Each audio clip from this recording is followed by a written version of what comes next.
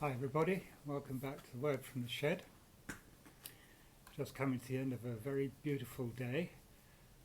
Little autumn nip just coming, but the air full of positive ions and just feeling great. I hope you are too. Excuse the hat, but the wind's getting up.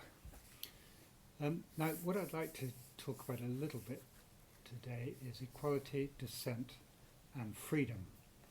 And we do find ourselves in a difficult time in this country at the moment. Some people call what's happening a culture war. It's quite a good phrase for it, I think. And with some justification, the current issue that seems to be top of the agenda is equality. Equality of race, gender, wealth, opportunity and outcome. But I think we need to be careful about how we understand the word equality and how we use it. Because political efforts to achieve equality in the recent past have led to all kinds of oppression and misery. And those who dissent from these political efforts, the current orthodoxy, perhaps we might call it, of equality, are finding themselves muzzled by new speech laws and violent and shouting minority groups using intimidation to get their way. The quest for this kind of equality is a real threat to the freedoms upon which our country is built.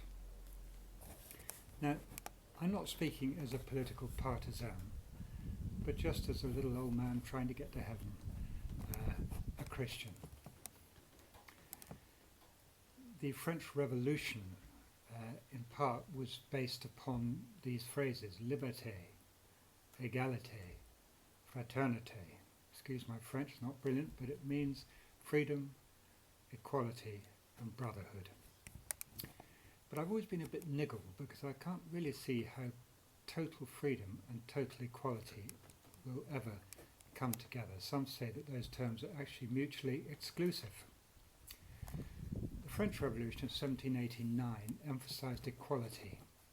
It came along the same sort of period as Enlightenment, when people were trying to shove God to the side or even get rid of him altogether.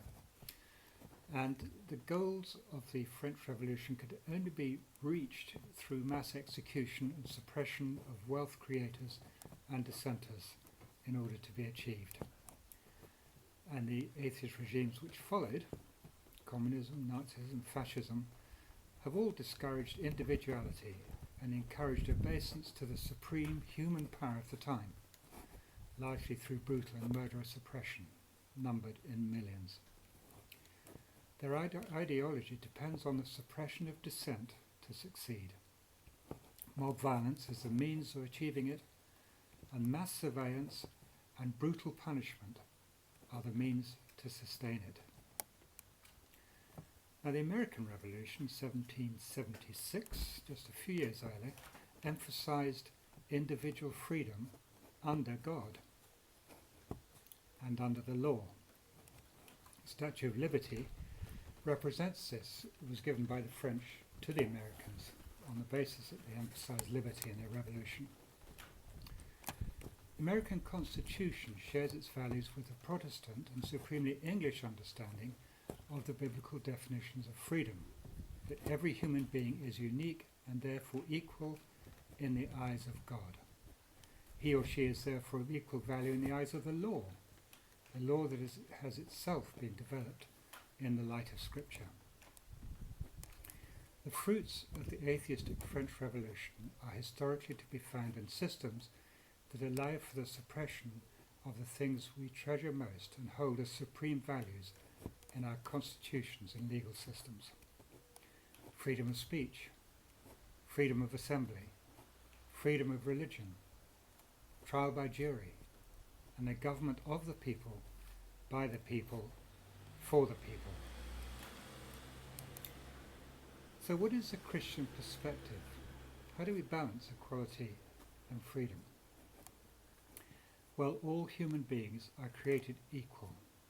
Equal in value because each is created and loved by God. But all human beings are also created different. Different in gifting and function, yet all reflecting the image of God in creativity and expression, personality and character. Each is unique. We are equal in value, but not equal in function in society. That's a fact, not just a nice idea, or an unnice idea, use such a word. It is our equality in value and differences in function that we should celebrate if we're to remain a free people under God, rather than a people captive to the human tyrannies of the past, and which again threaten us today. Human ideologies are a warning that if we allow humankind to think they can replace God as a supreme power on earth, only misery and failure can be guaranteed. The greatest call to humanity is to live our lives as supremely valued yet uniquely different individuals in serving God and thus one another, seeking the common good. Life is not in the end about self-seeking or self-improvement, but about humankind finding peace and freedom under God. All these principles can be drawn out from the Bible.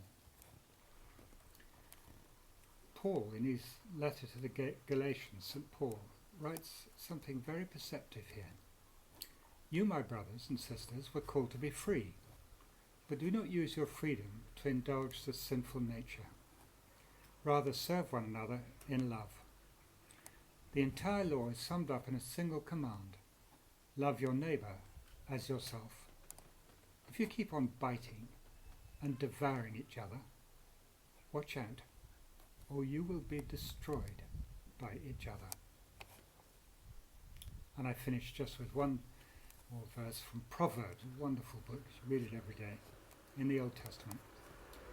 It is not good to have zeal without knowledge, nor to be hasty and miss the way.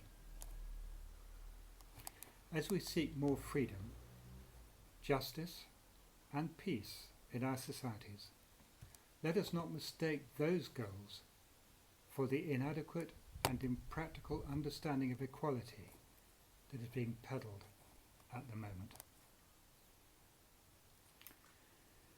Thank you for watching, and I'll be back next Sunday with another video, all being well. If you'd like to subscribe and help my channel along, that would be wonderful. Just click the little subscribe button there at the bottom, and if you click the bell, you'll get some notification that the next video has come out. I'll also put my Facebook address, as it were, in the little box at the bottom, description box, in case you'd like to share it with others that way. So goodbye, and God bless you. Thanks for watching.